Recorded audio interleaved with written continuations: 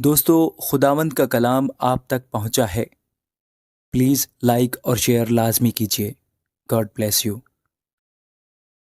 مقدس متی کی انجیل اس کا 9واں باب۔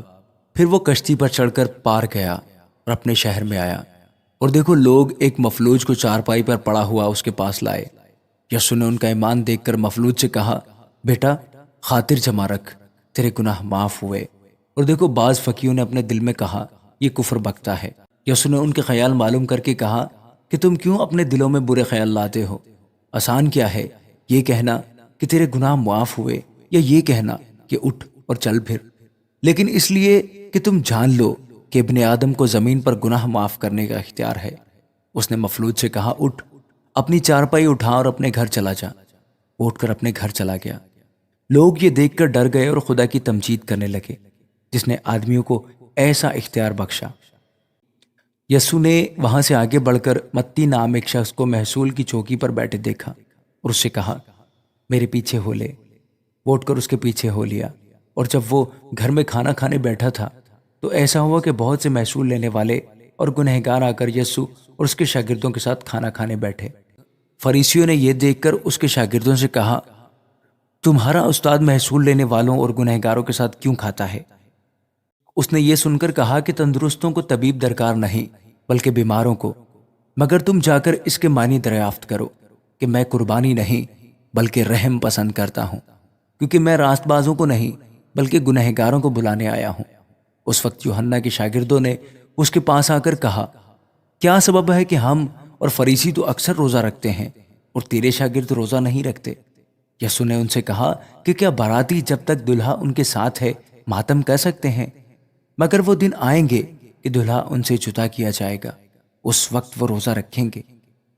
کورے کپڑے کا پیوند پرانی پوشاک پر کوئی نہیں لگاتا، کیونکہ وہ پیوند پوشاک میں سے کچھ کھینچ لیتا ہے اور وہ پھٹ جاتی ہے، اور نئی مے پرانی مشکوں میں نہیں بھرتے، ورنہ مشکیں پھٹ جاتی ہیں اور مے بہہ جاتی ہے اور مشکیں برباد ہو جاتی ہیں، بلکہ نئی مے نئی مشکوں میں بھرتے ہیں اور وہ دونوں بچی رہتی ہیں۔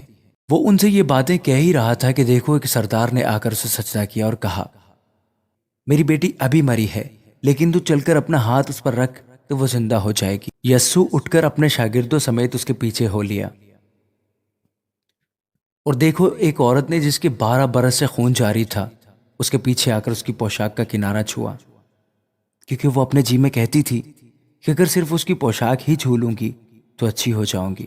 یسوع نے پھر کر اسے دیکھا اور کہا، بیٹی خاطر جمع رکھ، تیرے ایمان نے تجھے اچھا کر دیا۔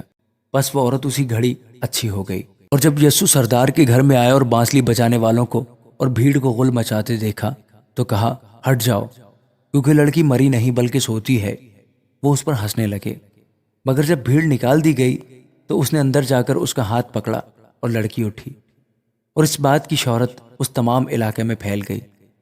جب یسوع وہاں سے آگے بڑھا تو 2 اندھے اس کے پیچھے یہ پکارتے ہوئے چلے کہ اے ابن داؤد ہم پر رحم کر۔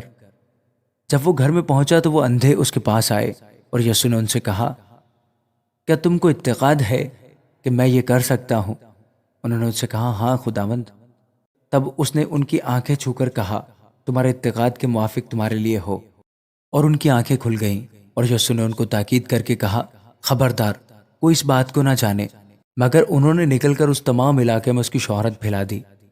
جب وہ باہر جا رہے تھے تو دیکھو لوگ ایک گونگے کو جس میں بدروح تھی اس کے پاس لائے، اور جب وہ بدروح نکال دی گئی تو گونگا بولنے لگا، اور لوگوں نے تعجب کر کے کہا کہ اسرائیل میں ایسا کبھی نہیں دیکھا گیا۔ مگر فریسیوں نے کہا کہ یہ تو بدروحوں کے سردار کی مدد سے بدروحوں کو نکالتا ہے۔ اور یسوع سب شہروں اور گاؤں میں پھرتا رہا اور ان کے عبادت خانوں میں تعلیم دیتا اور بادشاہی کی خوشخبری کی منادی کرتا، اور ہر طرح کی بیماری اور ہر طرح کی کمزوری دور کرتا رہا۔ اور جب اس نے بھیڑ کو دیکھا تو اس کو لوگوں پر ترس آیا، کیونکہ وہ ان بھیڑوں کی مانند جن کا چرواہا نہ ہو، خستہ حال اور پراگندہ تھے۔ تب اس نے اپنے شاگردوں سے کہا کہ فصل تو بہت ہے لیکن مزدور تھوڑے ہیں، بس فصل کے مالک کی منت کرو کہ وہ اپنی فصل کاٹنے کے لیے مزدور بھیج دے۔ آمین۔